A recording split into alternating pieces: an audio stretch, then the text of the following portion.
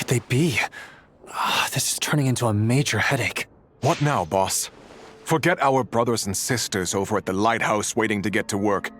If we don't have enough fuel, it's lights out for the entire camp. Yeah, we gotta think of something, squad leader. Don't worry. Head back to your posts. I'll take care of this.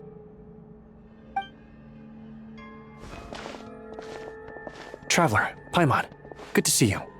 Hey there, Lua! Why's everyone gathered here at the entrance? It's fine.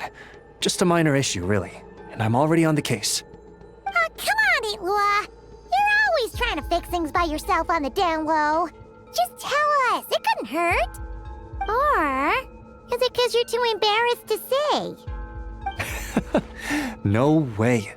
I just don't want everyone in town worrying about things that I can handle on my own. But since you're both part of the investigation squad now, I won't treat you like outsiders. Still, this isn't exactly the place for a chat. Come on in. I'll tell you more inside. Squad leader, I've compiled what data we have on the bases we can still control. My report is over at the command post. Got it. Thanks, Roland.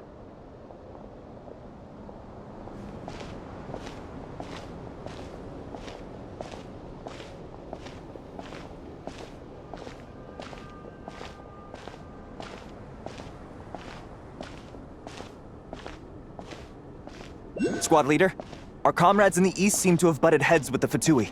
They say they're going to send someone over. Got it. I'll be over as soon as I can.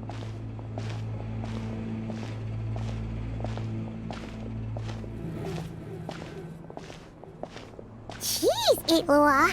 Are you always this busy? Recently, yes. There's just so much work to catch up on.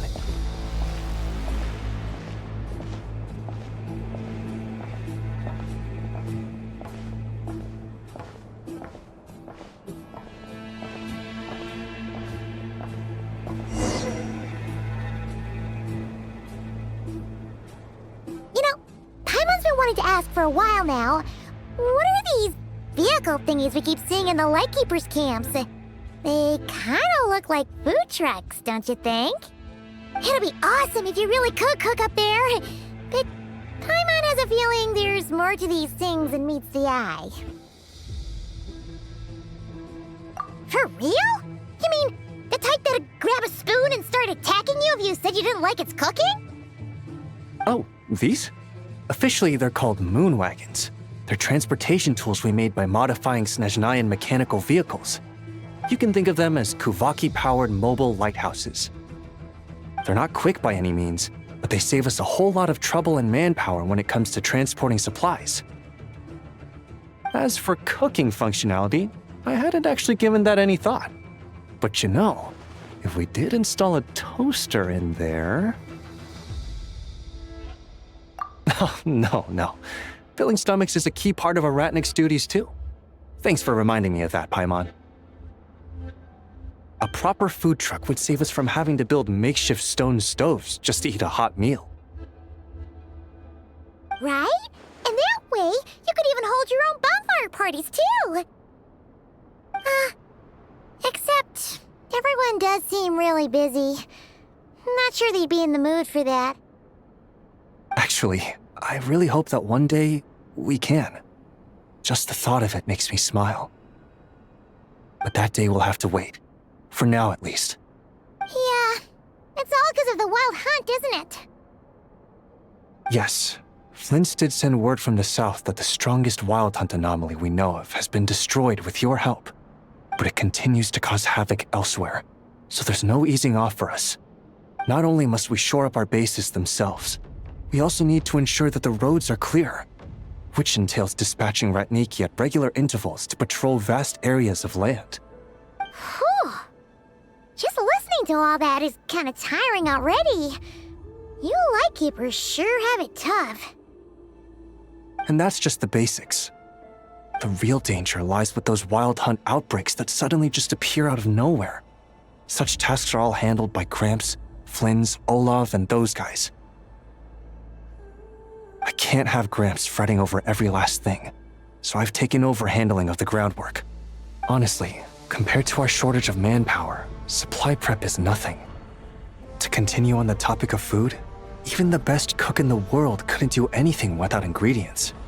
Over the years, many of our former bases have fallen into disrepair, making them ill-suited for long-term postings. At the moment, everyone has to shuttle back and forth between our camps and HQ, leading to fewer and fewer people available for combat deployments. Yup, and that's turning this place into a permanent base. And most importantly, what's a Lightkeeper stronghold without a lighthouse? So, you want to build one here? Exactly. We'll need it if we're to stand any chance against the Wild Hunt's attacks. Which is easy to say, but in practice, I think you've seen enough to know it's not going too smoothly. Oh, right! Paimon almost forgot that we were here to help. So, what's the issue? Well, building our encampment will require lots of fuel and supplies. Generally, we bring it all in on moon wagons all the way from Pyramida. If only it were so simple. The main problem is, we need a special kind of oil refined using Kuvaki. It's true that the plants nearby are full of Kuvaki, and they'll keep us going. For a while at least. But supplying the fuel for a lighthouse is a whole other ballgame. Unfortunately though, there's been no sign of the supplies that should have arrived last night. Valdis is in charge of transport, and he's always been meticulous, so it's unlikely that he got careless and missed the timing or something. And that's precisely why I'm worried that they might have encountered some trouble. Yeah, there's always a way out of every jam. Even if that means being trapped inside a sealed barrel or getting buried neck deep. Surely this can't be any worse than that. Don't tell me that's actually happened. I guess I underestimated you two again. Anyway, we can have a look around. Maybe they've just lost their way. Maybe so. Anyway, there's no time to lose, so follow me. Yep, let's move. Strange. I thought I just heard something. Almost like... Huh? Have you noticed something, Ilua? Never mind that for now. Look over there. I think that's our missing transport. Well, that's weird. That's the vehicle, all right, but there doesn't seem to be anyone around. Huh? Is someone there? Help! Please, help me!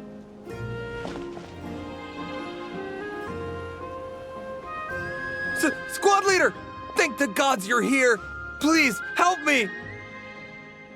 Valdis, how did you end up here? It's a long story, but the barrier created by these mandragoras can't be broken from inside, so I've been stuck in here for almost the whole day. Something about this doesn't quite add up. This place isn't on the main road from Pyramida, nor is it some sort of shortcut. And as for the mandragoras, they wouldn't usually bother passersby unless they were trespassing on their territory. In short, I'd like an explanation as to how you ended up here, and a reasonable one at that, or you might have to stay in there a while longer. Ooh, you don't usually see Ilua getting angry. Paimon's kind of scared now, too. Oh, that's true. Guess being an adventurer really does have its advantages. It's a good thing we're only honorary squad members, or we'd be subject to his discipline, too. All right. Last night, I found the path to our camp blocked by a large group of mandragoras. You know how I like studying insects and plants, squad leader, and it was such a rare sight to see this many mandragoras gathered in one place. I didn't want to miss the opportunity, so I followed them all the way here. But then... I'm so sorry. I'll take responsibility for this, I promise. How about I cover Night Watch for the coming week? No, make that the whole month. What do you mean? You're not just gonna leave me here, are you? Please, I know I was in the wrong. You know, he does look really sorry. Let's just save him first, all right? He's got enough punishment waiting for him as it is. You're right, Paimon. We can discuss the breaking of regulations after we get back. For now, let's concentrate on getting him out of here. I could use your help again, Traveler.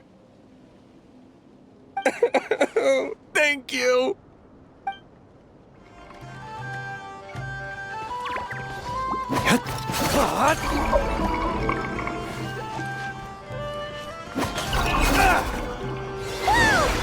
Where'd all these monsters pop out from? We'll let our guard down. Prepare for battle, everyone. Target acquired.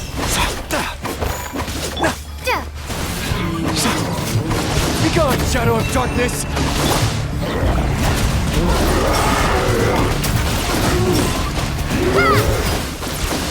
Go get him, Aiden!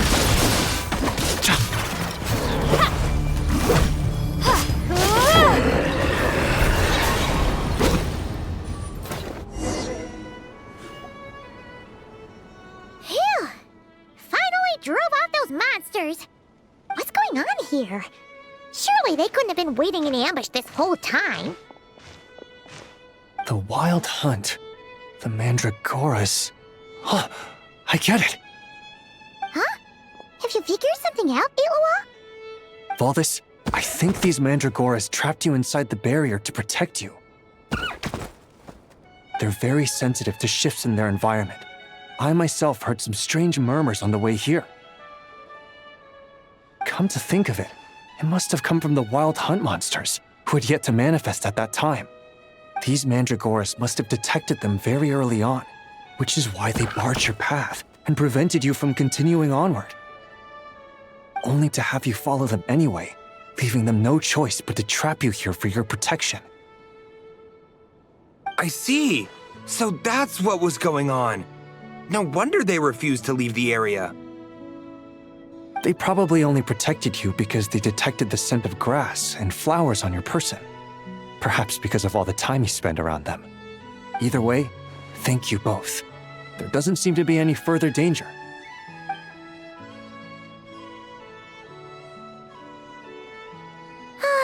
There they go. Adorable little fellas, huh? And they didn't even ask for a reward. Imagine if we had them around to watch our backs. We'd never have to worry about being ambushed while opening treasure chests again. You know, putting it like that, it was kind of understandable that Valvyn would want to follow them. Right? Finally, someone understands me. I know, I'm sorry. I'll take whatever's coming to me. All right, now that we've got him out, let's head back. The others are probably starting to worry. Alrighty, that's the issue resolved and our fuel stocks replenished. Thank you both very much. Don't mention it. We're part of the team, right? He neglected his duty while escorting a supply shipment, which is a violation of our regulations. However, he did encounter a pretty dangerous situation related to the Wild Hunt, and we didn't end up suffering any losses. As such, as per his wishes, he'll be responsible for protecting the lighthouse throughout its next month of construction.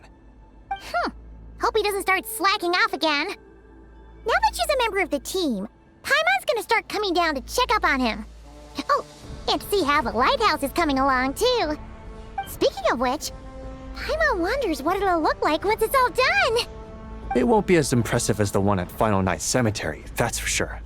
Still, it'll be bright enough to serve as a beacon to guide travelers through the night. So long as we're able to keep people safe, whether from the Wild Hunt or anything else, our efforts will not have been in vain. Anyway, I should go back to sorting through our archives. All that work isn't gonna do itself. Don't worry, we won't be this busy forever. We should be able to put our feet up a bit once this place is up and running. In that case, we'll help you out. That way, it'll be done in no time. Your help would be most welcome, believe me. But I'm sure you've got a lot on your plate already. And asking you to come all this way just to do our work for us, it wouldn't feel right. How about this then? If you find anything useful during your adventures and you happen to be passing by, feel free to drop it off. Come on, it's no biggie. Like you said, We're squad mates now. Isn't that right, Traveler? In that case, let me say again that it's an honor to have you as my squad mates.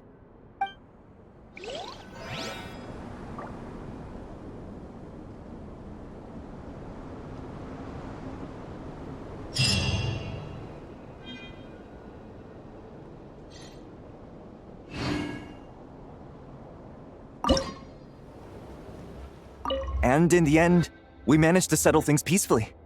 That's great. Good work. And there I was, wondering how I'd report a full-on conflict with the Fatui to the old man. This area is under our jurisdiction by right, so we can do as we please. As to whether our actions might stir up unnecessary trouble, well, that's a different story. Oh wait, you're not from Notcry. There wouldn't have been any problems if you had taught them a lesson on our behalf. I'll remember that the next time this happens.